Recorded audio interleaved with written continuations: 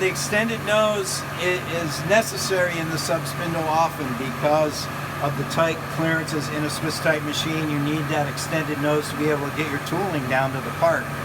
So the traditional approach is just to put an extension on the front of a collet, and that has some problems. Number one, those are mostly always specials, so it takes, anywhere from 2 to 6 or 8 weeks to get one the size you need.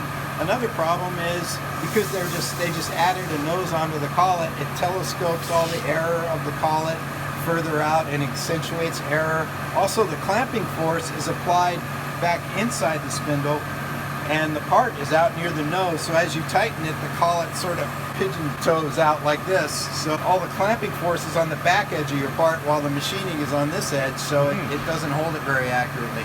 With our cartridge, the extended nose is a solid hardened steel cylinder, and the clamping force is applied right over the top of the part. So you're holding the part just as rigidly as you possibly can, even though it's extended out in front of the spindle. And due to the accuracy of our cartridge, ground within 50 millionths run out, it's super accurate. It does not telescope concentricity. That's why we guarantee 5 microns maximum run out, or 2/10,000ths of an inch, 2/10 TIR.